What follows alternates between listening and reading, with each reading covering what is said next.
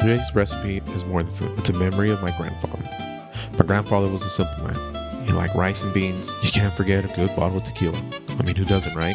This recipe reminds me of him because growing up, he always had a fresh pot of Frijoles Negros. To this day, they're my favorite beans because of it. He would serve himself and me a bowl, and we'd add queso fresco, crema, and hot sauce. And then he would sit there and tell me stories about when he was a young man. One story I'll never forget was about the day he ran away from home. On that trip, he met another guy who was in a similar situation, so they decided to stick together until they got to where they were going. They drank, ate, traded stories along the way. Eventually, they came across a teenager, befriended him.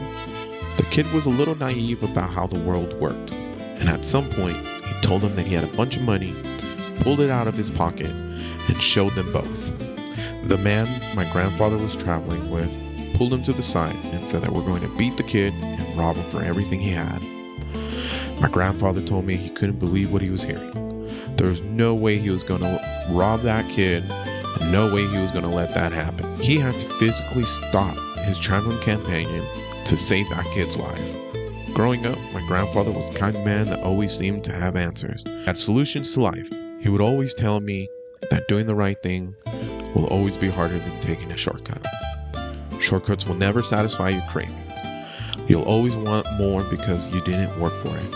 You'll keep chasing the feeling of accomplishment, but you'll never truly have it. And sometimes I wonder how much those stories shape me. Good versus bad, hard road versus the shortcut, the ups and downs of life. He left this beautiful world a few years ago, and I can't help but wonder if I have made him proud, and if I still do. I always had a hard time looking the other way when something feels wrong, and I wonder how much of his stories shaped me to become the man I am now. I sure hope they did, because my grandfather was a great man. So that being said, this video and recipe are a remembrance of my loving grandfather.